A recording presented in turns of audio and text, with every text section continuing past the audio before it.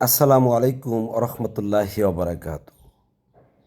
এক পাথরে চুমু দিলে যেমন আপনি পাপ মুক্ত হবেন না, আবার আরেক পাথর দিয়ে ডিল ছুঁড়ে আপনি শয়তান মুক্ত হতে পারবেন না।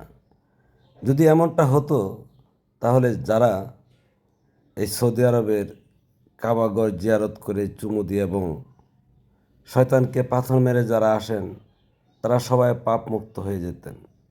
বরং ওইখানে এই অনুষ্ঠানাদি করে আবার কোনো না কোনো অপকর্ম করে আসতেছেন, আর দেশে এসে তো আবার করতেছে তা আপনাদের চোখের সামনে। কিন্তু বাস্তবতায় এটাই কি রিয়েল? না, কারণ এটাই মেজাজি কাবা, অর্থাৎ ইট পাথর দিয়ে তৈরি করা একটা ঘর। আর হাকিকি হলো মানুষ, নারীর জন্য পুরুষ কাবা আর পুরুষের জন্য নারী কাবা, যে কাবাতে আপনি আল্লাহর দিদার পাবেন, আল্লাহর দর্শন পাবেন। আবার এই মানুষ কাবার মধ্যেও শয়তান আছেন, আর সেই শয়তানকে তাড়াতে হয়। আসলে এটা কিভাবে তাড়াবেন?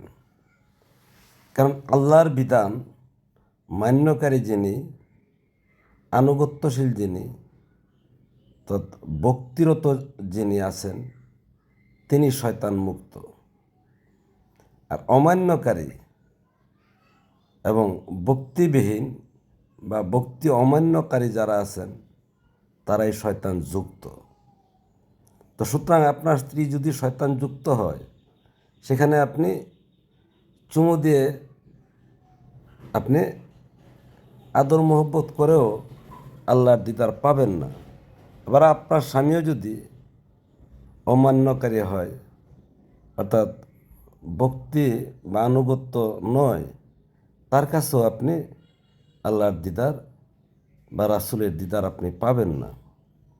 তাই আগে শয়তান মুক্ত একজন মুমিন মুত্তাকি পুরুষ আপনার জন্যে হাকিকি কাবা, তেমনি একজন শয়তান মুক্ত নারী ও পুরুষের জন্য হাকিকি কাবা, যে কাবাতে আপনার হজ হবে, অর্থাৎ আল্লাহর দিদার পাবেন। এখানে যদি সন্দেহ করেন তাহলে চিন্তা করে দেখুন, নবী মোহাম্মদ মুস্তাফা সাল্লাল্লাহু আলাইহি ওয়াসাল্লাম মা উম্মে হানির ঘরেই মেরাজ করেছিলেন। এখানে আমাদের সমাজে যদিও একতরফা বলা হয়, এই মেরাজ কি শুধু নবী মোহাম্মদ মুস্তাফা সাল্লাল্লাহু আলাইহি ওয়াসাল্লাম করেছেন, না সাথে মা উম্মে হানিও ছিলেন? মা উম্মে হানিও ছিলেন। শুধু তাই নয়, সাহাবারাও বিভিন্ন ঘটনাবলীর সাক্ষ্য ছিলেন। তো সুতরাং এই মেরাজ অনুমান কোনো কিছু নয়, হজও অনুমান কিছু নয়। আর সেই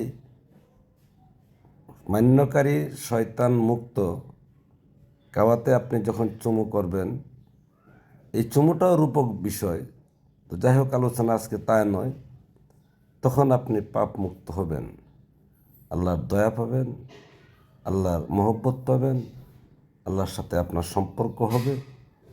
এটাই হাকিকি।